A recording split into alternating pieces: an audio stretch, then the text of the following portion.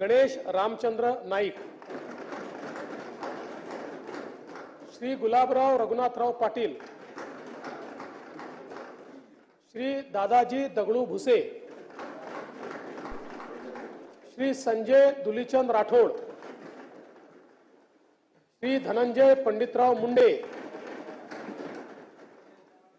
श्री मंगल प्रभात लोढ़ा, श्री उदय रविंद्र सावंत,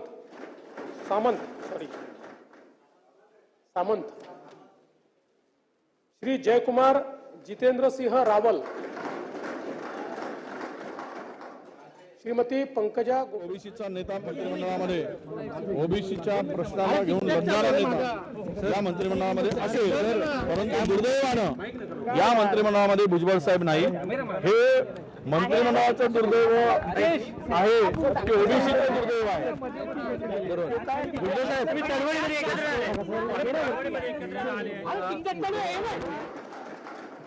श्री दत्तात्रय विठोबा भरणे, शब्द वापरले मी त्यांचा आभारी.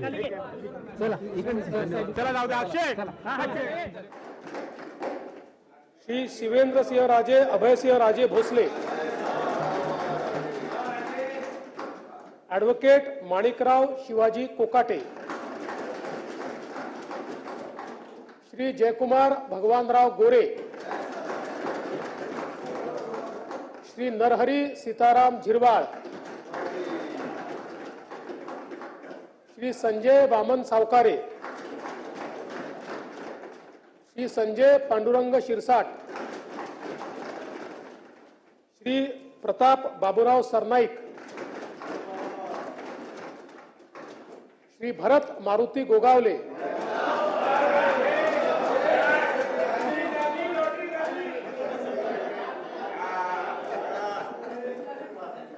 श्री मकरंद लक्ष्मणराव जाधव पाटील, श्री नितेश नारायणराव राणे,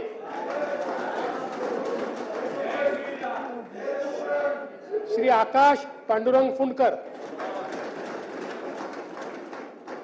श्री बाबासाहेब मनोहरराव पाटील, श्री प्रकाश आनंदराव आबिटकर, राज्यमंत्री श्रीमती माधुरी सतीश मिसाळ,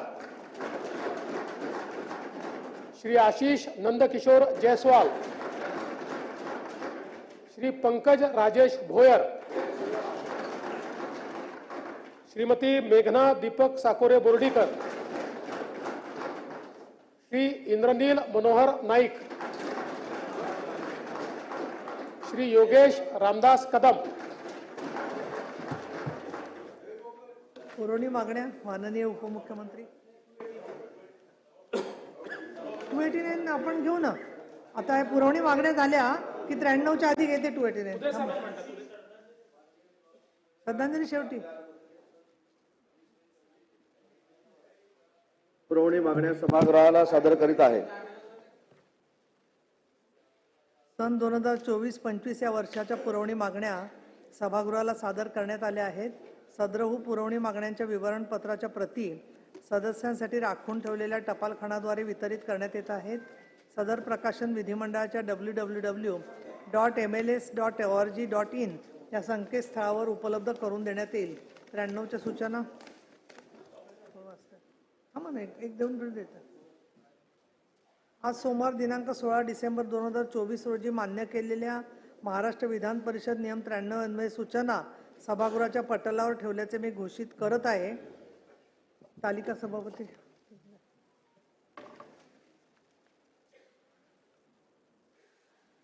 महाराष्ट्र विधान परिषद नियम 8च्या पोटनियम 1 अन्वये मी खालील सदस्यांची सभापती तालिकेवर नामनियुक्ती करते. 1 निरंजन डावखरे, 2 शिवाजीराव गर्जे, श्री कृपाल तुमाने, श्री सुनील शिंदे आणि श्री धीरज लिंगाडे. आता बोला विरोधी पक्षनेते महोदय. फक्त थोडक्यामध्ये म्हणजे 2 मिनिटात 160 सेकंद. सभापती महोदय, मी थांबा जरा. 289च्या मार्फत एक विषय आपल्या समोर मांडू इच्छितो. बीडमध्ये मागच्या आठवड्यामध्ये 9 डिसेंबर रोजी एक घटना घडली. एक केस तालुक्यातील साजो गाव आहे. या गावातील एक सरपंच आहे संतोष अण्णा देशमुख,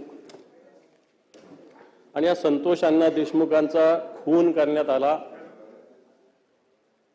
खून करत असताना तर या सगळ्या घटनेची पार्श्वभूमी जर बघितली तर यामध्ये एक या भागामध्ये एक कंपनी काम करते, Avaada energy private limited company नावाची कंपनी, आणि या कंपनीमध्ये काही लोक 6 तारखेला घुसण्याचा प्रयत्न करत होते. तिथल्या वॉचमनला त्यांनी मारहाण केली. मारहाण केल्यानंतर कंपनी ज्या क्षेत्रात आहे त्या भागातील सरपंचाला तिथल्या वॉचमननी, तो त्या गावातला राहणार असल्यामुळे त्याला फोन करून बोलावलं, आणि नंतर गावकरी आणि तिथल्या काही लोकांमध्ये बाचाबाची झाली. कंपनीच्या अधिकाऱ्यांनाही जे लोक आले होते त्यांनी मारहाण केली, आणि ही सगळी मारहाण झाल्यानंतर एक गुन्हा दाखल झाला, आणि हा गुन्हा दाखल झाला आणि लगेच या गुन्ह्यात जामीन सुद्धा झाली. सभापती महोदय, इथले जे पोलीस स्टेशनचे अधिकारी आहेत यांचा पूर्ण निष्काळजीपणा. जामीन झाल्यानंतर हे पोलीस अधिकारी आरोपींसोबत बसले, उठले, चहापान झाले, याचे सुद्धा फोटोग्राफ्स व्हायरल झालेले आहेत. जे पोलीस अधिकाऱ्यांनी आरोपीवर कारवाई करायची, आरोपीची जामीन झाल्यावर पोलीस अधिकारी त्यांच्याबरोबर पार्टी करतात, जेवण करतात, चहापान करतात. आणि असं असताना नंतर 2-3 दिवसानंतर खरं तर त्या वॉचमनची पूर्ण तक्रार सुद्धा पोलीस स्टेशनमध्ये दाखल झालेली नाही. वॉचमन हा अॅट्रॉसिटी दाखल करा अशी मागणी करत होता, ती झाली नाही. 9 तारखेला या प्रकरणातील असलेले जे सरपंच आहेत, संतोष अण्णा म्हणून नाव आहे त्यांचं, अतिशय लोकप्रिय व्यक्ती आहे, कोणत्या पक्षाचा नाही आहे, पण लोकप्रिय त्या गावामध्ये, त्या भागामध्ये. यांना या ठिकाणी रस्त्यावर केजचा जो टोल नाका इथं अडवलं गेलं सभापती महोदय, आणि अडवल्यानंतर यांना एका गाडीत बसवून घेऊन गेलं. त्यांच्या सोबतचा एक व्यक्ती आणि त्यांनी त्यांच्या भावाला सूचना दिली. भाऊ पोलीस स्टेशनमध्ये गेला, माननीय मुख्यमंत्री महोदय, तक्रार दाखल करा मागणी केली. तक्रार दाखल न करता पोलीस अधिकाऱ्यांनी सातत्यानं चालढकल केली. 10 मिनिटं झाले, 15 मिनिटं झाले, अर्धा तास झाला, 1 तास झाला, 1.5 तास झाला, 2 तास झाला. 3 तासांनी या सरपंचाची हत्या झाल्याचा निरोप आला आणि नंतर पोलीस स्टेशनमध्ये गुन्हा दाखल झाला. सभापती महोदय, जर पोलीस गेल्या तक्रार दाखल करून घेत नसतील आणि पोलीस जर सहकार्य करत असतील आरोपींना, सभापती महोदय, माझ्याकडे या घटनेचे फोटोग्राफ्स आहे. ज्या पद्धतीनं मारहाण झाली ती जर बघितली तर मला असं वाटतं हृदयाला सुद्धा पीड येईल अशा पद्धतीनं मारहाण या सरपंचाला झालेली सभापती महोदय. आणि याच्यामध्ये 6 आरोपी आहे. दुर्दैवानं असं सांगावं लागेल की या सगळ्या याच्यामध्ये सभापती महोदय, वेळेची मर्यादा दिली. राजकीय पक्षाशी संबंधित एक तुम्ही सगळं त्याच्यात आपल्याला मुख्य आता बंद पण जाहीर केलेला आहे संघटनांनी, तर त्यामधले जे महत्वाचा मुद्दा आहे, महत्वाचं होतं. मी याच्यातलं महत्वाचं काय नाही बोललो, तुम्ही सांगा. तपशील मी याच्यातलं महत्वाचं काय नाही बोललो, तुम्ही. असं आहे की सरकारचं त्याच्यावरचं काय म्हणणं आहे, मला बोलू दिल्यावर सरकार बोलेल ना. नाही, असं तुम्हाला करायचं असेल तर बोलणं करा. सभापती महोदय, सारांशाने घ्या. सभापती महोदय, तुम्ही त्यांच्या हक्काचं आकार द्या. सभापती महोदय, सभापती महोदय, चला सारांशाने घ्या. चला, सभापती महोदय, तुमच्या मुख्य 6 गुन्हेगारावर गुन्हा दाखल झालेला आहे. दुर्दैवानं याच्यामध्ये एक राष्ट्रवादी काँग्रेस अजितदादा गटाचा तालुकाध्यक्ष, तो सुद्धा याच्यात सहभागी आहे. 6 आरोपी आहे. 3च आरोपी आतापर्यंत पकडलेले, 3 आरोपी अजून पकडलेले नाही. आणि सभापती महोदय, आणखी हा गुन्हा घडल्यानंतर बाप तो बाप रहेगा असं पोस्टर पोलीस स्टेशन समोर लावलं गेलं.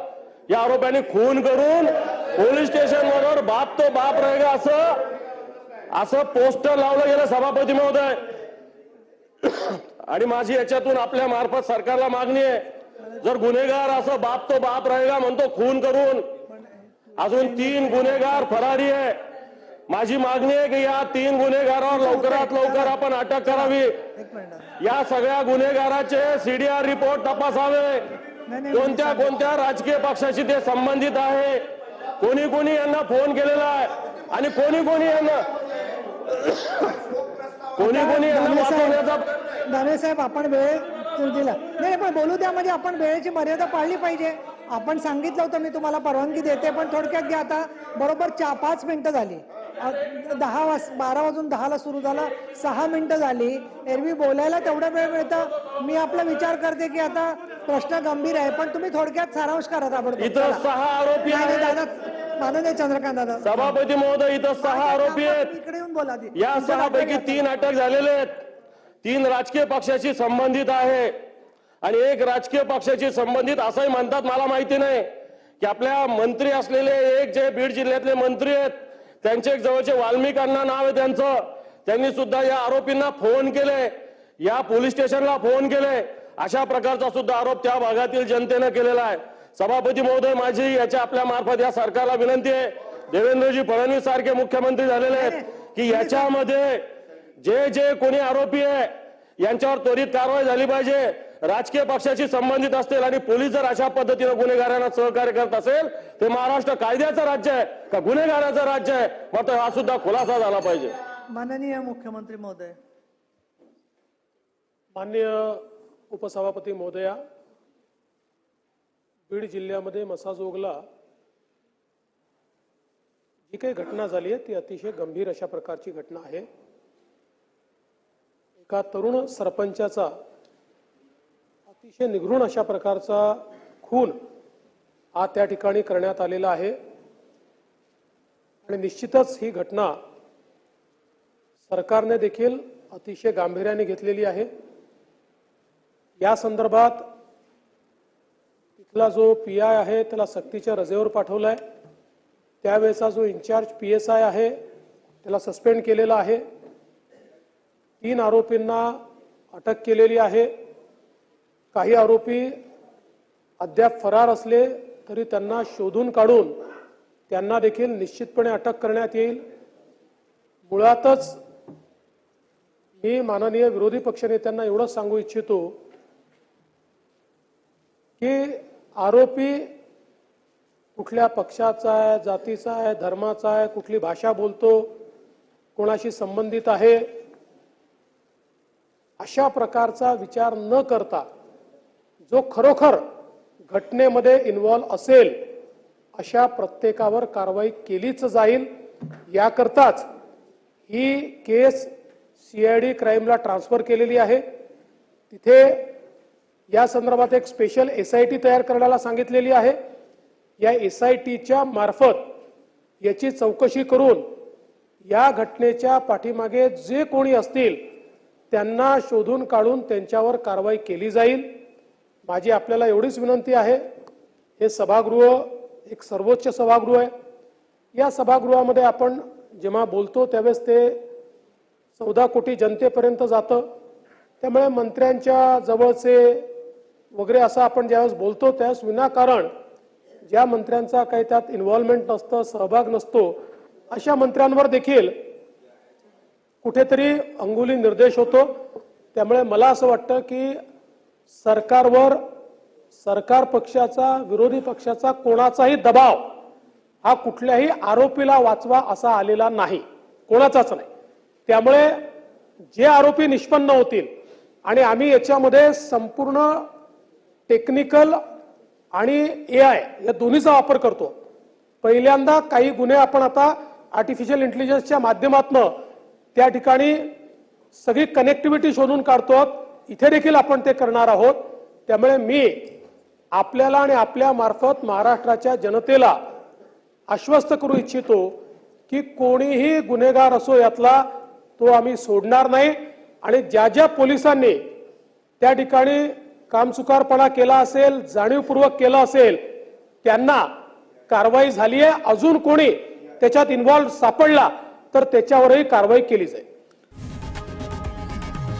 लोकशाही मराठी ऐका, पहा, जागरूक रहा.